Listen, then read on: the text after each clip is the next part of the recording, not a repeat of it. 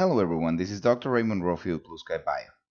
This is our third video out of 7 explaining the Crown and Bridge module for the 4.7 version of the BlueskyPlan software. In the first video, we reviewed how to import a model and how to orient it within our patient. Then in the second video, we learned how to place our margin exactly in our preparation. And now what the software has done is created a gray layer, as you can see here, to block our undercuts. Number one, we need to learn very well how to put in perspective our models.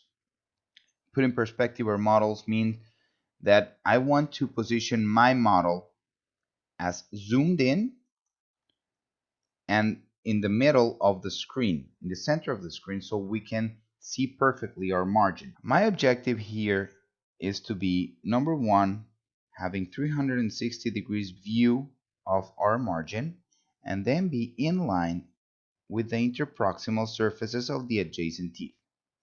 This is extremely important since this will mark the insertion direction of our restoration within our prep. So for this, the software will give us the option to block undercuts from 0 to 5 millimeters.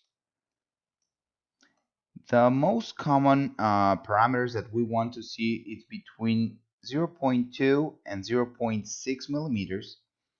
In this case, I will just put 0.3 in the middle. And now what I want to do is I will just set the insert direction from the view. Once that I have that, I will just check that I don't have these dark.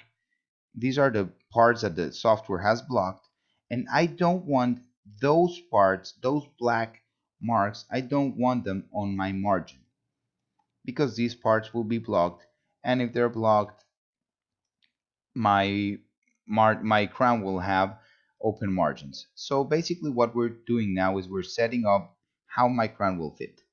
Okay, after this, I just can click next and advance on the wizard for the Crown and Bridge module. Thank you for watching.